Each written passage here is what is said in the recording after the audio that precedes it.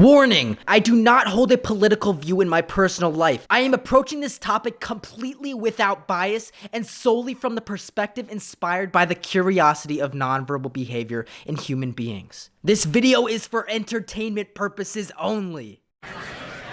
What's up?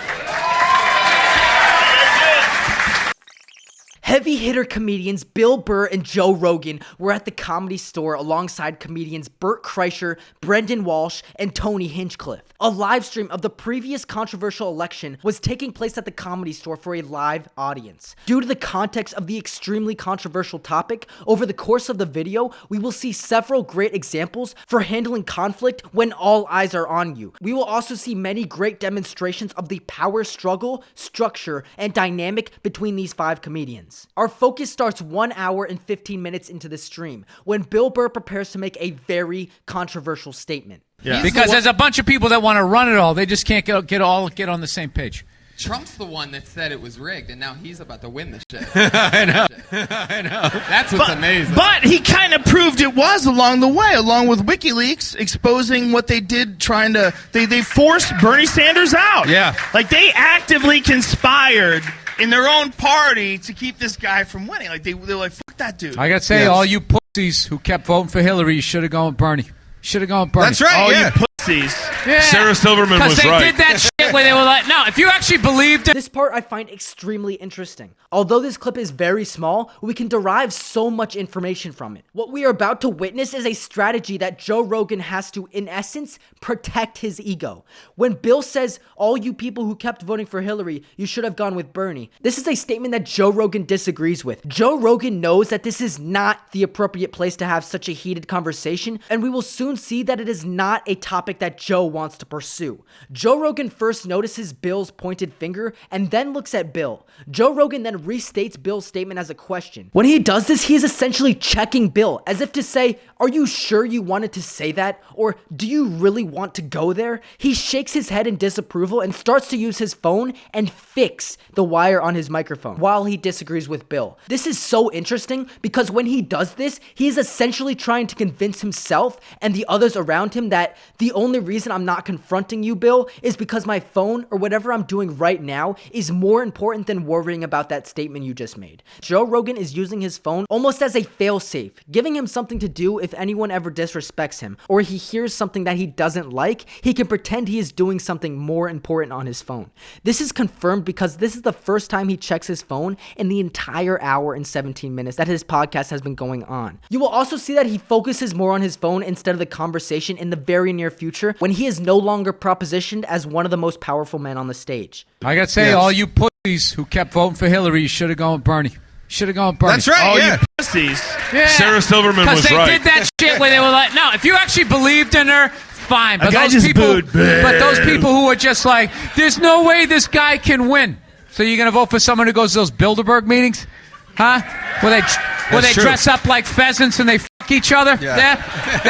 That's your fucking hope? We very quickly see Joe Rogan have the opportunity to make a joke out of this situation and change the subject, but it doesn't work. Notice how Rogan really overcommits to the joke, and notice his almost dreary facial response when Bill doesn't laugh or even acknowledge it. He puckers his lips and sits upright. Rogan now knows that he is going to have to change the subject by brute force. To relieve some stress, people will dart their tongue back and forth from corner to corner of their mouth in nervous or worried anticipation. Usually they think that they are not being noticed or that the meaning of this behavior cannot be deciphered. We now see that Rogan is looking down to the right, which signals he is having an internal dialogue with himself. He is essentially back to the drawing board in these couple of seconds, and he is now thinking of something to say. Now, if you actually believed in her, fine. But guy those just people, booed. but those people who are just like, there's no way this guy can win. So you're going to vote for someone who goes to those Bilderberg meetings? Huh? Where they true. dress up like pheasants and they fuck each other? Yeah. That's your fucking hope? I gotta be honest, there's one clear way that I'm sexist. I don't mind if someone calls a dude a dick, but like when you talk about a pussy in a bad way, like, oh, it's a pussy. Like, what is it about that that's less... Calling a dude a pussy? Well, anybody a pussy. Like, pussy's pretty good. It's a pretty good thing, right? Joe Rogan now changes the subject. What I find interesting here is that he changed the subject to something so wildly different that the massive contrast in topic could signal Bill to think, oh, Why did he say that out of nowhere? I must have been going too far with my opinions. Pay close attention to Bill's unreactive and detached nature when he hears something that he doesn't like. What is it about that that's less... Calling a dude a pussy? Well, anybody a pussy. Like, pussy's pretty good. It's a pretty good thing, right? It is subjective whether Joe's reaction to live disagreement is a good thing or a bad thing to do, but it really amazes me how we protect our image in times where we are not sure whether it is worth it to have a confrontation. I personally believe Joe did the right thing by not escalating the situation when it didn't need to be escalated. What do you think the right decision was? Here's why Bill Burr is wrong. At salon.com. Tony Hinchcliffe? Donald Trump's about to be living in government housing. Oh, shit, Tony. It's just a fact. Here is one of the first times we see Tony Hinchcliffe show his social rank within the group. When Joe Rogan finishes talking, we see Tony lean forward and look at Joe Rogan, quite literally waiting for his approval and get the okay to make a joke. This hints at the current power structure of the group, but something much larger will be confirmed very soon. If Trump wins, I'm buying a fucking Hummer. I'm going to put those blue neon lights at the bottom of it. And it's like, you could be like a vampire familiar. You can live amongst them. I'm just going to blend in, man. I'm going to blend in. I'm going to start wearing tank tops again. Fuck it. Suck it. Trump's in the house. What's up now? Assholes on top of this motherfucker. All right, it's looking right now like Pennsylvania is going to be the decider. We see Bill get slightly uncomfortable when Joe starts mocking Trump fans. We notice this from his head pointed slightly downward and his raised eyebrows. Usually when the head is neutral or lifted, raised eyebrows indicate excitement and welcome surprise. Conversely, when your head is tilted down, protecting the neck, and the eyebrows are lifted, this shows us negative surprise and mild to aggressive disapproval. Our theories are confirmed when we see Bill immediately change the subject after showing us signs of disapproval, much like Joe Rogan did earlier. At this current moment, we don't have enough situational information about the other guys to make conclusions about their standings, but what I find extremely telling is comparing Bert Kreischer's situation to Tony Hinchcliffe's. They both got the short end of the stick in regards to their seating. They are both on the end and barely have any table space. I discussed in esoteric detail in one of my previous videos just why taking up space correlates with dominance and your social standing. We see Tony hunched over most of the time, trying to get closer to the action and take up what little table space he has. What makes this a blatant demonstration of a low-value person is the internal power struggle that we see. We can tell that this bothers Hinchcliffe because he quite literally puts himself in uncomfortable positions just to take up what little table space he has. Conversely, Bert Kreischer is in an identical situation, but he handles it extremely well. We can observe that Kreischer is extremely comfortable with where he is and doesn't at all feel insecure with the cards he has been dealt. From his constant upright posture and the fact that he's completely comfortable with taking up space with his often bent outward arms, Kreischer is effectively owning it. Hey, throw that joint back! You wasted so much weed that they're about to unlegalize weed right now. The government's so mad at you, Joe. Hey, I'm the new host of The Man Show. Hey, sit down. Oh, hey. Yeah. Oh, shit. This just in. Canada's building a wall across the U.S. border.